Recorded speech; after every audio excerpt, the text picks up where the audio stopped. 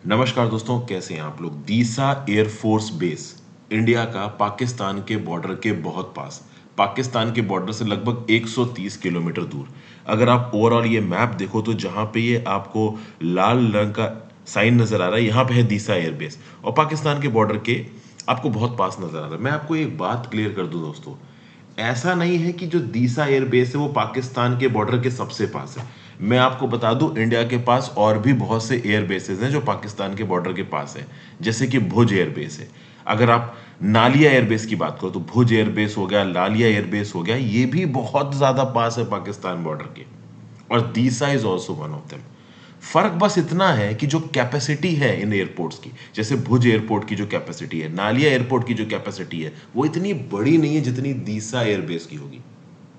जैसे number of helicopters, number of transport aircraft, number of fighter jets जो कि आप नालिया में और भुज में डिप्लॉय कर सकते हैं, उसके कंपैरिजन में दीसा में बहुत बड़ी तादाद में डिप्लॉय किए जाएंगे।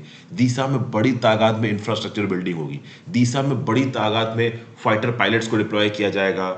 ओवरऑल हेलीकॉप्टर्स और फाइटर जेट्स को डिप्लॉय किया जाएगा। कहीं ना कहीं जो डॉर्नियर ट्रांसपोर्ट एयरक्राफ्ट है, जितने भी प्रकार के ट्रांसपोर्ट एयरक्राफ्ट हैं इंडियन एयरफोर्स की फ्लीट के पास, वो सब यहाँ पे डिप्लॉय की जाएगी। अगर नालिया और भुज में ऑपरेशंस को लीड करना है तो बैकएंड से सपोर्ट किया प्रोवाइड किया जाएगा थ्रू दीसा। कल की डेट में पाकिस्तान की साइड से कोई हवाई अटैक हो जाता है इंडिया के ऊपर, तो एकदम से हम अपनी एयरफोर्स को बड़ी क्वांटिटी में मोबिलाइज कर सकें, इसलिए ये दीसा एयरबेस काम का है। लेकिन जितनी ज्यादा जो चीज एडवांटेजियस होती है, उतनी ही ज्यादा वो चीज आपको नुकसान भी पहुंचा सकती है। दीसा एयरबेस जो बड़ी क्वांटिटी में एयरफोर्स के इंफ्रास्ट्रक्चर को पाकिस्तान के बॉर्डर के पास स्ट्रांग करेगा। अगर कल की डेट में इंडिया पाकिस्तान की जंग होती है तो पाकिस्तान का सबसे पहला टारगेट अगर कोई हैगा इंडिया के अंदर तो दीसा एयरबेस होगा। अगर कल की डेट में इंडिया पाकिस्तान के अंदर एक फुल फ्लेज्ड वॉर छिड़ता है तो डेफिनेटली अगर पाकिस्तान किसी एक पर्टिकुलर इंफ्रास्ट्रक्चर को सबसे पहले टारगेट करेंगे तो वो दीसा होगा, क्योंकि उनको पता है कि दीसा में ही इंडिया के सबसे ज्यादा फाइटर पायलट्स होंगे, सबसे ज्यादा फाइटर एयरक्राफ्ट होंगे, सबसे ज्यादा ट्रांसपोर्ट एयरक्राफ्ट होंगे। और अगर हम दीसा को निस्त नाबूद कर देते हैं, पाकिस्तानी ऐसा सोचेंगे, तो नालिया और भुज ओवरऑल लिटरली हेल्पलेस हो जाएंगे, क्योंकि ओवरऑल कोस्टल इलाकों में और बॉर्डर के और ज्यादा पास जो एयरबेस है उनको बैकएंड से कौन सप्लाईज दे रहा है? दीसा दे रहा है।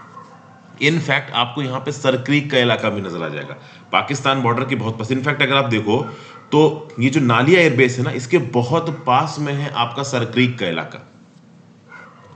और सरक्रीक के इलाके के लिए सर्वेलेंस होगी नालिया से, और नालिया को बैकएंड से सपोर्ट कहां से मिलेगा? दीसा से। तो कल की डेट में दीसा एयरफोर्स बेस को पाकिस्तान अगर काउंटर अटैक में नुकसान पहुंचाता है तो नालिया, भुज और जो बाकी हमारे एयरक्राफ्ट बेसिस हैं वो कमजोर पड़ सकते हैं। तो जो चीज फायदेमंद हो सकती है वो नुकसानमंद भी हो सकती है, बट इसका मतलब ये नहीं है कि हम फायदेमंद इंफ्रास्ट्रक्चर को सेटअप ना करें। डीसा एयरबेस की हम बात करें दोस्तों, तो कहीं ना कहीं इसके डेवलपमेंट को 2020 में अप्रूव किया गया था, जब निर्मला सीतारमन जी डिफेंस मिनिस्टर थी। उन्होंने काफी जोर मारा था इसके लिए, और इसको एनविसेज किया गया था 2000 में। इनफैक्ट अगर आप देखो तो 1983 में ये दीसा साइड को इंडियन एयरफोर्स ने अक्वायर कर लिया था। 2000 में अटल बिहारी वाजपेयी जी की सरकार के समय पे बोला गया कि एयरबेस बनाएंगे, उसके बाद उनकी सरकार गिर गई।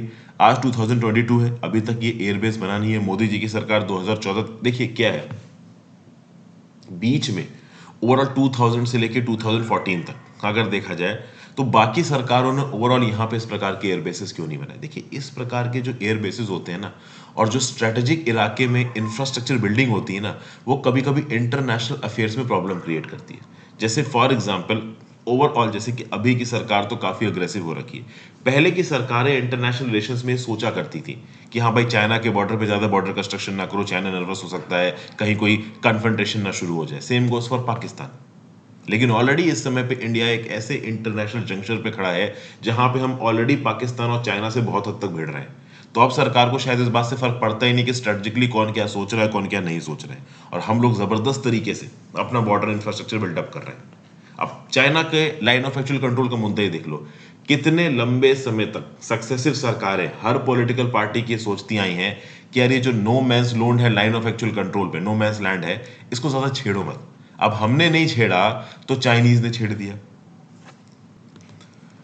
तो इंटरनेशनल रिलेशंस में और खासकर जब दो एडवर्स कंट्रीज बॉर्डर शेयर करती हैं तो कभी ना कभी मतभेद, कभी ना कभी कन्फ्रंटेशन की स्थिति आएगी ही आएगी।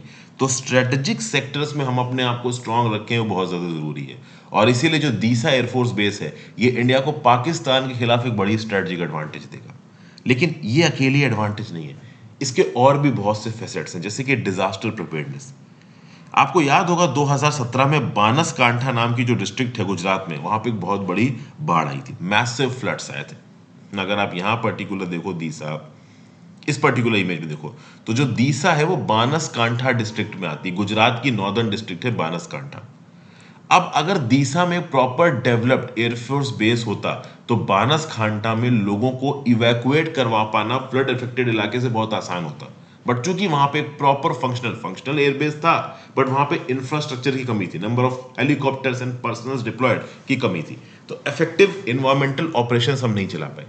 तो अगर दीसा के अंदर प्रॉपर एयरफोर्स बेस बनता है तो ऑलमोस्ट पूरे गुजरात में कहीं पे भी इन्वायरमेंटली इफेक्ट आता है कोई, या राजस्थान में आसपास के इलाके में, तो इस दीसा एयरबेस को सेंटर बना के हम इवैक्यूएशंस कर सकते हैं, डिजास्टर मिटिगेशन कर सकते हैं।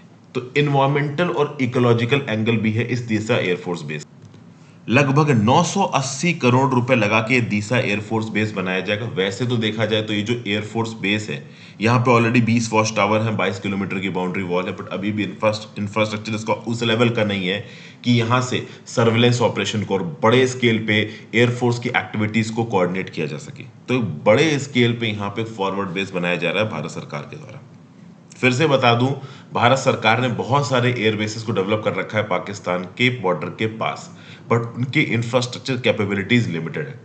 ये दीसा एयरबेस अपने आप में ही एक रीजनल सेंटर बन जाएगा एयरफोर्स पावर को डिस्प्ले करने वाला। बड़े तादाद में यहाँ पे आईएफ के ऑफिशियल्स वगैरह डिप्लॉय किए जाएंगे वगैरह वगैरह। ऐसा बताया जा रहा है कि इस पर्टिकुलर ये जो आप कह लो दीसा एयरबेस, इसको दिसंबर 2023 तक बनाने की कोशिश है, 2024 में ऑपरेशनल हो जाए मोस्ट प्रॉब्ली। देखिए यहाँ पे जो सरकार है, जो 2024 में जनरल इलेक्शंस होने वाले हैं, उससे पहले इस पर्टिकुलर एयरबेस को ऑपरेशनल करने की कोशिश करेगी, जो कि कहीं ना कहीं ये पॉलिटिकली भी सरकार को मदद करेगा।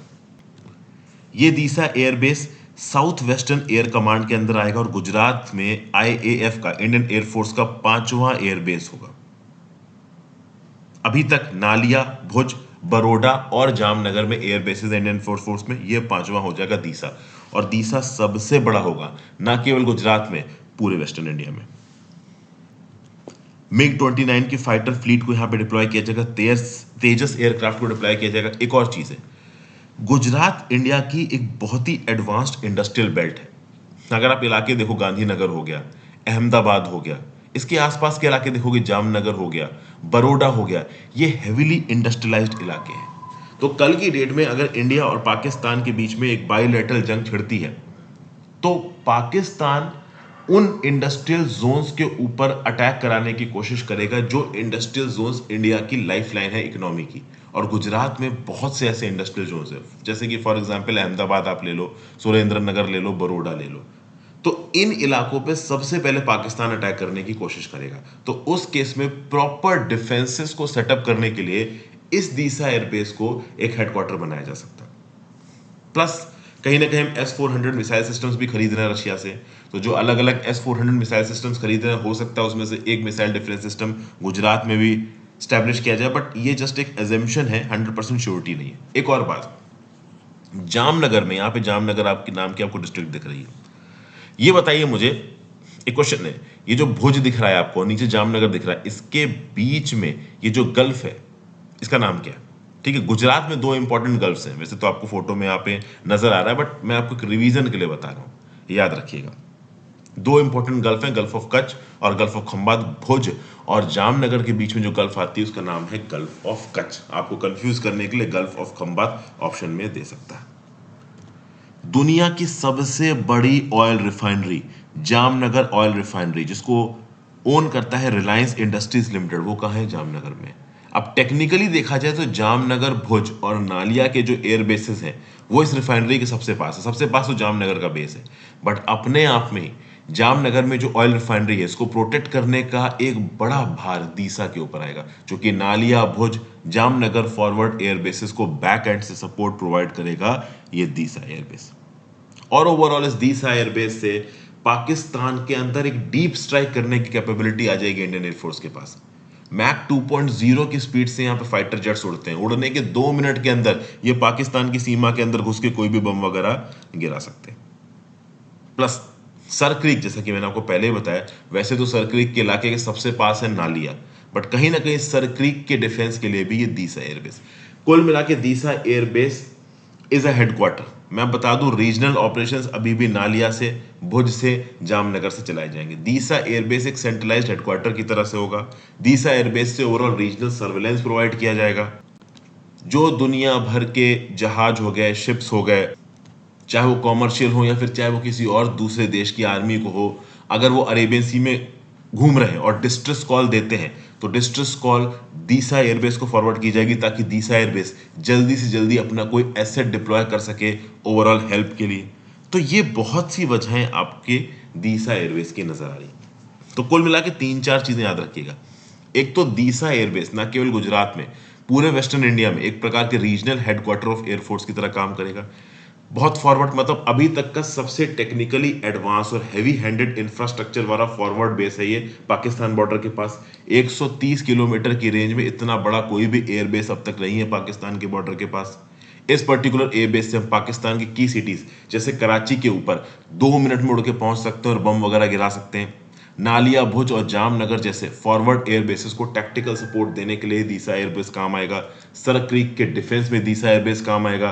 जामनगर में जो रिलायंस की ऑयल रिफाइनरी है, जो कि दुनिया की सबसे बड़ी रिफाइनरी है, उसको प्रोटेक्ट करने के लिए काम आएगा। अरेबियन सी के अंदर कोई दुर्घटना हो जाती है, किसी शिप को अर्जेंट बेसिस पे मदद की जरूरत है, तो उसके जो डिस्ट्रेस सिग्नल है वो दीसा के पास भेजे जाएंगे। दीसा नियरेस्ट एसेट को डिप्लॉय कर सकता है। इंडिया की सर्वेलेंस कैपेबिलिटी को ओवरऑल वेस्टर्न थिएटर में पाकिस्तान के मैरीटाइम जोन के पास पूरे के पूरे अरेबियन सी में बढ़ाने के लिए ये दीसा एयरबेस काम आ सकता है। तो ये कुछ इंपॉर्टेंट पॉइंट्स मैंने आपको बताए हैं, इनको याद जरूर रखिएगा दोस्तों। जो मीरपुर खास, हैदराबाद और जैकोबाबाद पाकिस्तानी एयरबेसेस हैं, वो जो इंडिया के खिलाफ ऑपरेशंस करेंगे, उन ऑपरेशंस को सक्सेसफुली थ्वार्ट करने के लिए ये दीसा बेस इंडिया की टैक्टिकल स्ट्रेटेजिक पावर को और लोकेशन को स्ट्रॉन्ग करता है। तो आई होप आपको कुछ ना कुछ यूजफुल यहाँ पे जानने को मिला हो। अपने व्यू पॉइंट नीचे कमेंट बॉक्स में देके जरूर जाइए दोस्तों। चैनल को शेयर और सब्सक्राइब कर लीजिएगा, ज्यादा से ज्यादा लोगों के साथ वीडियो को शेयर करें। आई होप कुछ ना कुछ यूजफुल यहाँ पे आपको जानने को मिला। Have a great difference, good bye, ध्यान रखिए अपना, पढ़ते लिखते